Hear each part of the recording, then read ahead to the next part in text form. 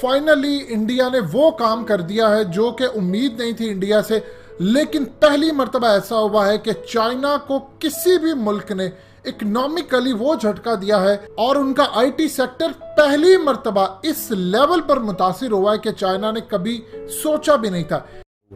और उस घर के अंदर बाप बेटी बच्चा सब अपने अपने मोबाइल पे लगे हुए हैं। किसी को नहीं पता हमारा बच्चा क्या कर रहा है। सुबह से लेकर शाम तक वो गेम खेलता है। और यासर आज मैं उस गेम के मतलब एक बता दूं, बिल्कुल ये गेम कहाँ से चली, कहाँ पर आई, लेकिन जब इस गेम को एक वक्त में 100 से ज़्यादा लोग खेलते हैं, बहुत से लोग इसके साथ कॉन्ट्रैक्ट होते हैं और कमेंट्री चल रही होती है। और जब कमेंट्री चल रही होती है कमेंट्री, उसमें आप देखें कि सबसे ज़्यादा इसमें इंडियन जो है ना माफिया वो है, वो इसमें अपनी बादशाह देते हैं। वो क्या करते हैं कि हम कहते हैं ना किसी को मारा कत्ल कर दिया या अपना कोई बंदा हमारा शहीद हो गया, वो उस पर राम कृष्ण ऐसे नाम लेते हैं। यानी आपके बच्चे भूल जाते हैं कि वो फाइट कर रहे हैं, लेकिन जो बंदा बोल रहा है, जो कह रहा है कि नाश्ता भी छोड़ दो, फला कर दो, ये सब कुछ कर दो, ये सारा कुछ हो रहा है। इसमें हमारी नस्ल को तबाह किया जा रहा है, बर्बादी की तरफ।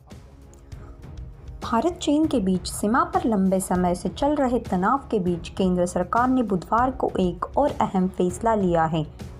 सरकार ने चीन पर तीसरी डिजिटल स्ट्राइक करते हुए दुनिया भर में लोकप्रिय गेमिंग ऐप पबजी समेत 118 मोबाइल ऐप्स को बैन कर दिया है। इससे पहले भी सरकार कई चीनी कंपनियों की ऐप को बैन कर चुकी है।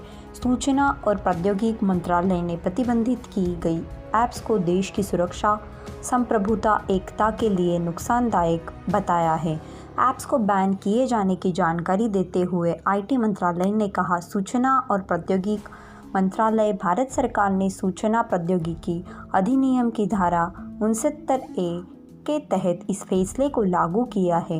ये सभी 118 मोबाइल ऐप्स विभिन्न प्रकार के खतरे उत्पन्न कर रहे थे, जिसके चलते इन्हें ब्लॉक किया गया है। मंत्रालय ने आगे कहा, उपलब्ध जानकारी के मद्देनज़र ये ऐप्स ऐसी गतिविधियां में लगे हुए हैं जो भारत की संप्रभुता और अखंडता सुरक्षा के लिए नुकसानदायक है।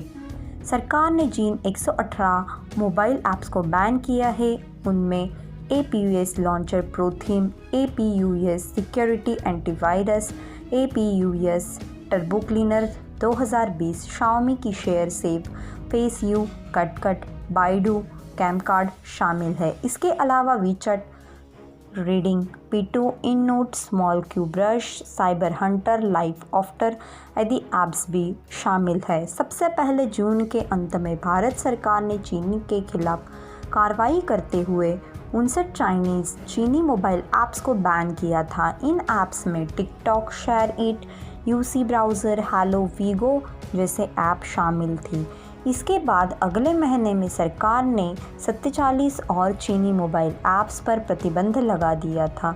इस तरह बुधवार को लिए गए फैसले से पहले सरकार 106 चीनी ऐप्स को बैन कर चुकी थी।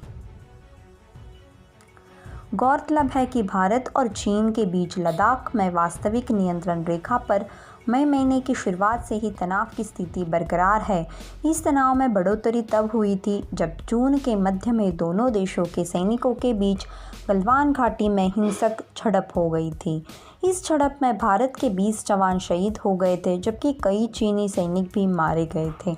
वहीं पिछले महीने फिर से चीनी सैनिकों ने उकसावेपूर्ण कार्रवाई की थी।